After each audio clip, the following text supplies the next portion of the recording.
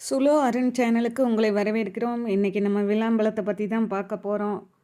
Subscribe பண்ணாதவங்க பண்ணிக்கிங்க. இந்த விளாம்பழம் எனக்கு சின்ன வயசில் எங்கள் அப்பா சொல்லியிருக்காரு. இது யானை விளாம்பழத்தை சாப்பிட்டுச்சுன்னா அதனோட கழிவில் அந்த பழம் வெளியில் வரும்போது அந்த ஓடு மொத்தமாக தானே இருக்கும், அப்படியே முழுசாக தான் வருமா.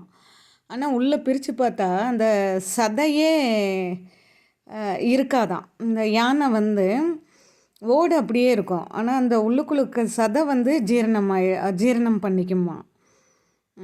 ஸோ எவ்வளோ ஒரு அதிசயம் இல்லை, அவ்வளோ கெட்டி ஓட்டுக்குள்ளே இருக்கிறத ஜீரணம் பண்ணிடுது, ஆனால் அந்த ஓடு உடையாமல் இருக்குது.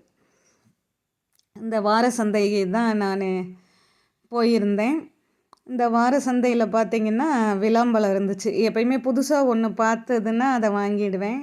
ஏன்னா நம்மளுக்கு கிடைக்கிறதே இதெல்லாம் ரொம்ப அரிது. இந்த விளாம்பழம், கலாக்காய், அப்புறம் இந்த தண்ணி ஆப்பிள்னு வச்சுருந்தாங்க. அதை வீடியோ எடுக்காமல் விட்டுட்டேன், அது இன்னொரு நாள் சொல்கிறேன். நல்லா இருந்தது. இந்த உழவர் சந்தையில், இந்த வார சந்தையில் வாங்கறனாவே ஒரு மகிழ்ச்சி தான் இல்லையா?